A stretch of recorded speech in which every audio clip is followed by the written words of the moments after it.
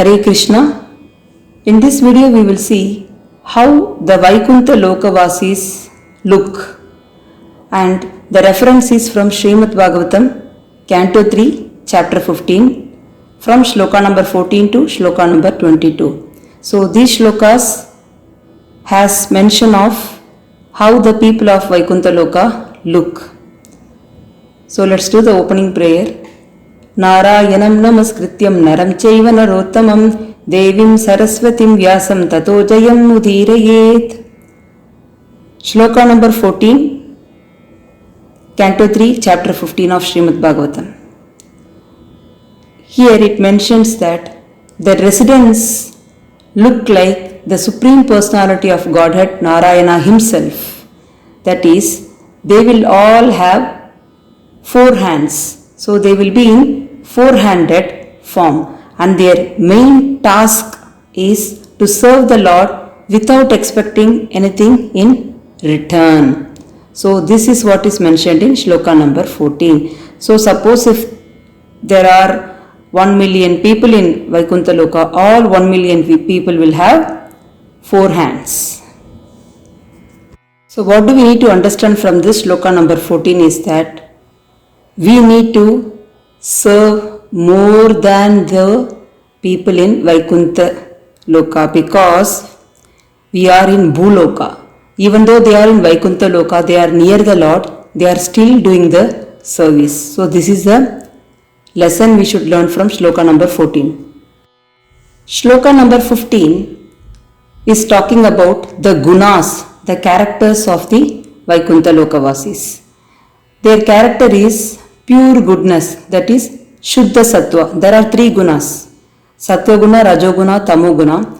And as we all know, Sattva Guna is the topmost. And they are not just having Sattva Guna, they are having Shuddha Sattva Guna. That is, in goodness itself, pure goodness they are having. So this is their character, Guna. And it's also mentioned that the kingdom of Godhead in the spiritual sky can be understood only through the authentic descriptions of the Vedas and Purana. It is impossible for the modern scientist or the latest science to go and enter the spiritual sky. They cannot go beyond the material sky, is what is mentioned in Shloka number 15. And in Shloka number 16, there is mention of beautiful forest which are very, very auspicious. There are many different types of forest in Vaikuntha planet, and in those forests there are desert trees. That's called Karpaka Vriksham. Whatever you ask, it will give you. And in all seasons, it's always filled with flowers and fruits, because everything in the Vaikuntha Loka is auspicious. This is what is mentioned. So here there is mention of Karpaka Vriksham. You go and ask whatever you desire for, it will give you. That is the speciality of that Vaikuntha Loka.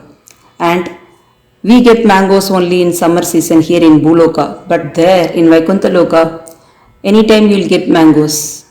So I just gave an example. Now let's go to Shloka number 17. In Shloka number 17, there is mention of airplanes. Each and every member of the Vaikuntha Loka has airplanes. Here only rich people will have private jet, whereas in Vaikuntha Loka all are having airplanes, and they happily fly in the airplanes with their sweethearts. And their partners, the ladies, look very, very, very, very beautiful. How much beautiful they are, that will come in the subsequent shlokas. Even though the partner is so beautiful, their menfolk is interested only in glorifying the Lord. They don't like the disturbance of even a nice breeze while they are chanting the glories of the Lord, because they are pure devotees. They only consider the glorification of the Lord more important than their own sense gratification. Here I have mentioned the disturbance of a nice breeze. So why it's called a nice breeze is because of the different flowers. The smell of different flowers will just flow in the breeze, but it won't even attract them. They don't get disturbed by anything other than the glories of the Lord. Whereas in Bhuloka, when we see somebody beautiful, we get attracted. We even will try to know their name, we will try to know their history and everything. Whereas in Vaikuntha Loka, each and every person is equally beautiful. So, their main attraction is only towards Lord Narayana. Let's go to shloka number 18. Here, when the queen of bees hums in a high pitch, singing the glories of the Lord, there is a temporary lull in the noise of the other birds like pigeon, cuckoo, crane, chakravaha, swan, parrot and partridge, and also the peacock. So these are transcendental birds. They stop their own singing simply to hear this small bee. Because even the bees and the birds sing the glories of the Lord in Vaikuntha Loka. So Vaikuntha is having such a beautiful, nice birds, and the birds don't resemble exactly like what you see in Bhuloka. It will be even more beautiful than what you see here. And these birds prefer to hear the glories of the Lord from the bees. So they don't have the ego. They don't think the bee is smaller than us like that. They just hear the glories of the Lord, whoever is singing. That is the task of Vaikuntha Lokavasis. When I say the members of the Vaikuntha Loka, it includes birds, bees, flowers, trees, everything. So if you have observed, they don't have ego like what we have in Bhuloka. And even though they are near the Lord, they are singing the glories of the Lord. So how much we need to do here in Bhuloka, you can imagine. Let's go to shloka number 19. In shloka number 19, there is mention of different flowers. Mandara, that is hibiscus. Kunda, it's one type of jasmine. Kurubaka, Utpala, Utpala is blue lotus. Champaka, Arna, Punnaga, Nagakeshara, and Bakula, lily, and Parijata. So these are the flower names which are full of transcendental fragrance. They are still conscious of the austerities performed by Tulasi, because Tulsi is given special preference by Lord Narayana. He always garlands himself with Tulsi leaves only. So, in Vaikuntha Loka, there is no enmity between even the flowers, whereas in Bhuloka, we have so much enmity even between the family members. Let's go to shloka number 20. As I already mentioned, the inhabitants of Vaikuntha travel in their airplanes and they all have their private airplanes. And here the mention of how it is made, how these airplanes are made is described here. It's made of emerald, gold, lapis lazuli, and it's always crowded by their sweethearts who are very, very beautiful, and they cannot be stimulated to passion by their beautiful charms. That is what is mentioned in shloka number 20. Even though the women are so beautiful in Vaikuntha Loka,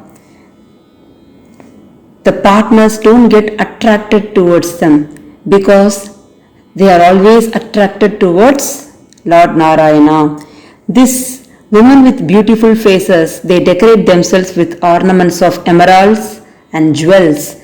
The men are so absorbed in Krishna conscious that this woman's body don't attract them because they are so happy with the association of Lord Narayana than the association of the opposite gender. So these residents of Vaikuntha are always having the high standard.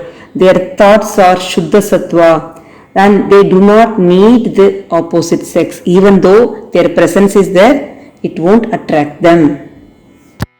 And in shloka number 21, it's mentioned how beautiful these ladies in the Vaikuntha planets are. They are as beautiful as the goddess of Lakshmi herself. These beautiful ladies are so transcendental in appearance, and their hands always play with lotuses, and their anklets in their legs sound so beautiful.